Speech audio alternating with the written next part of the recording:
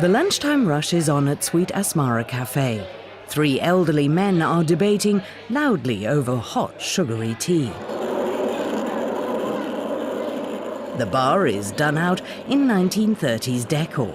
From the gleaming coffee machine, the barista Sarah can quench your every caffeinated desire, dispensing cappuccinos, espressos, macchiatos.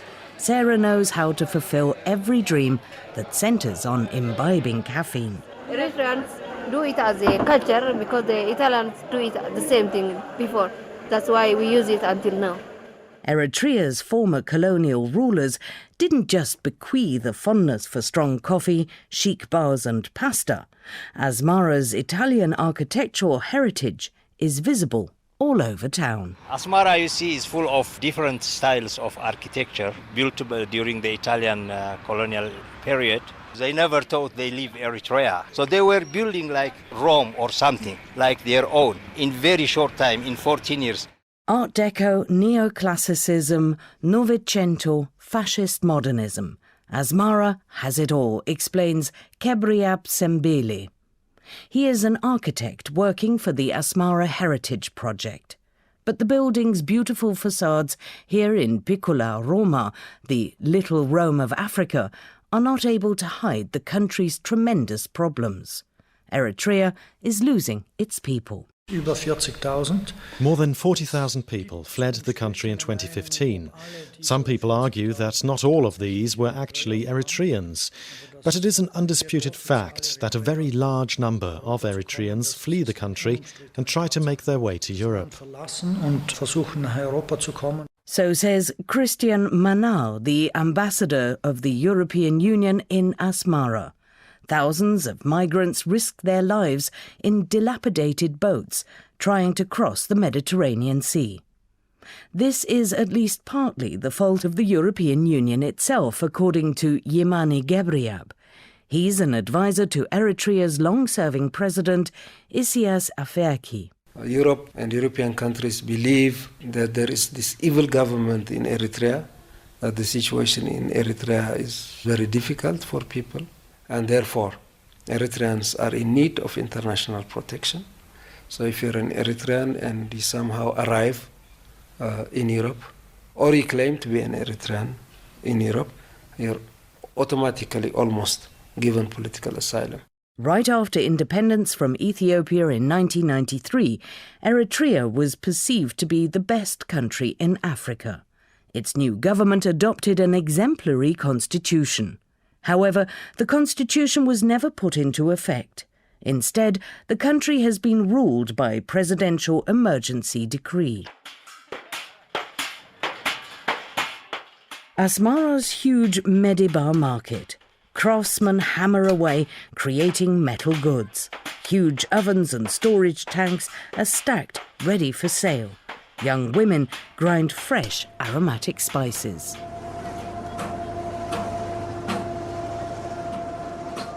In this dark little shop, Stefanos fits together the metal parts of beds and chairs. Asked about politics, he is wary and cautious. He won't say a word on the topic. But the 23-year-old is willing to talk business. He said the situation now in the country is very tough, especially the economic crisis. And the market is not as it used to be before.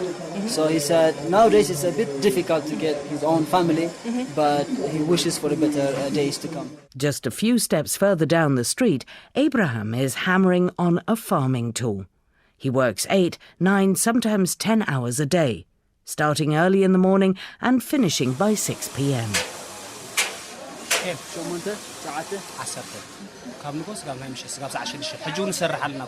Right now, he has work to do, he says, a polite way of saying that he prefers not to keep talking. All of a sudden, his brother shows up, the owner of the tiny workshop. He brings the message across more explicitly. Get them out of here, he shouts. A group of young men that gathered in curiosity at the entrance starts laughing and then disperses again. No money, no freedom, no future, says one of them as we leave. This short comment, after we had turned off the microphone, displays the frustration that makes so many young Eritreans flee their country. Der hauptpolitische Grund, würde ich sagen, the main political reason is the indefinite duration of national service. This makes it very difficult, if not impossible, for young people to make plans for their future. für junge Leute ihre Zukunft zu planen. In addition to that, people flee for economic reasons, Christian Manau says. There simply aren't enough jobs. The little pay young Eritreans get for their time in national service limits their chances of improving their lives. According to the president's advisor, Yemane Gebreyab, Eritrea's system of national service is necessary because it continues to be threatened by its powerful neighbour Ethiopia and because it's one of the poorest countries in the world. For the past 10 years, our teachers, our health personnel, our agricultural personnel, our administrators, everyone that you see here serving, for all these years was national service. We could not pay them proper salaries because we did not have the money to pay them proper salaries. There have already been some reforms, he adds. The much-hated national service is now better paid because the economic situation has improved. Eritrea is proud about what it has achieved since it began building a nation after achieving independence from Ethiopia in 1993. Water runs through a small channel into a neatly planted bed. Tomatoes grow here alongside cauliflower, spinach, carrots and spices. A small generator fuels a pump that carries the water a few hundred metres up the hill onto the fields. It is 3 years old dam, and we didn't observe of this shortage of water, and rain was not a problem on these 3 years, and we didn't see anything of this the lost level. Explains Asrat Haile. He works with the Ministry of Agriculture and is in charge of agricultural production in Eritrea's central province. The small village of Lansa is a model community in which farmers are able to grow crops all year long. Waldia Bwalde Johannes is proud of his village.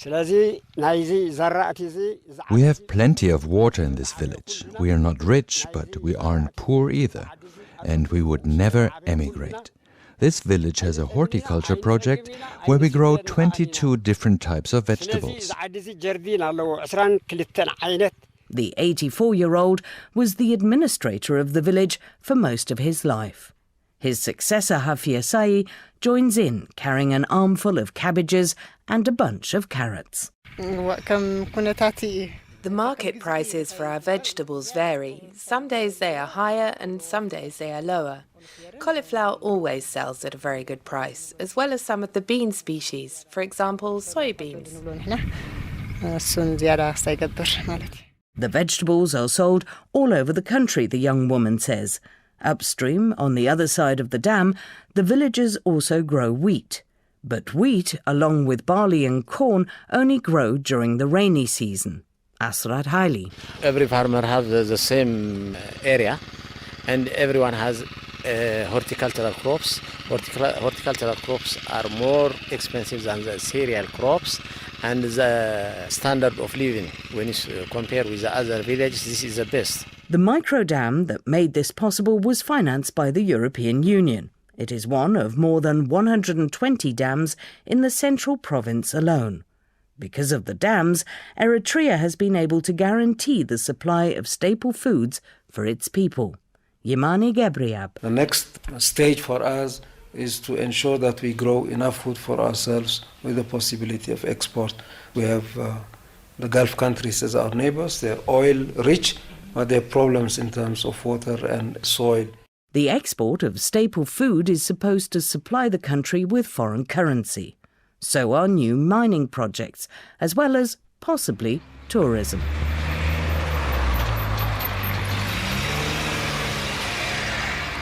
The capital Asmara, with its wide palm tree-lined streets, narrow alleyways and architectural treasures, wants to be recognised as a UNESCO World Heritage Site. We are very confident we are going to satisfy their requirement. Midhane Tekle Mariam manages the Asmara Heritage Project. Eritrea is ready to receive tourists, says Solomon Abraha. He is the manager of the Ambassadoria Hotel and head of the Eritrean Tourism Association. He's angry about the bad reputation his nation has in Western countries. Eritrea, they say this country, it is like North Korea. Eritrea, they put in bad image. You tell me, and so how you can imagine and tourists from Europe listening these things to choose to come Eritrea? Amnesty International accuses the Eritrean government of having arrested and detained at least 10,000 people for political reasons since independence in 1993. Claire Beston works for the human rights organisation. There's a lot of secrecy around detention in Eritrea. A lot of detention centres aren't known about. Amnesty International has received a number of reports of people dying in shipping containers as a result of the conditions of the heat and as a result of torture and other forms of ill treatment. People who criticise the government often disappear without any trace. This is the outcome of an investigation conducted by the United Nations Commission on Human Rights. The Commission found that systematic, widespread and gross human rights violations have been and are being committed with impunity in Eritrea under the authority of the government, says Sheila Ketharut, head of the Investigation Commission. However, critics believe the commissioners to be biased as they only interviewed asylum seekers outside Eritrea and ignored positive reports from other experts. Yemani Gebriab. Are there human rights issues in Eritrea? There are human rights issues in every country in the world. Yeah. Does Eritrea have one of the worst human rights records? Definitely not. It's always Eritrea. It's always Eritrea. Again, there is an all-out attack on this nation. The latest demand by the Investigation Commission is to take the Eritrean government to the International Criminal Court. However, this could drive the country back into isolation, an isolation that has just started to break open. Christian Manal. Wir sind der Ansicht, dass es kleine Fortschritte gibt. We believe there is some progress. Of course, we would welcome more progress, especially in the fields of human rights and democratic rights. But we believe that the past 1 or 2 years have shown that it is possible to work in Eritrea, even to work in these areas. Auch in diesen Bereichen zu arbeiten. The EU has just approved €200 million of development aid for Eritrea. A part of that is supposed to help enforce human rights. Most of it, however, will be used to secure electrical power supplies using renewable energy sources. This means the money will be used to help the Eritrean economy. We are visiting the Dolce Vita cotton spinning mill, where huge machinery winds white threads into big bobbins. There are dozens of machines in what seem like endless rows. In the back of the factory building, the bobbins are palletized. Then they're shipped to Italy, where the white cotton thread is dyed and processed.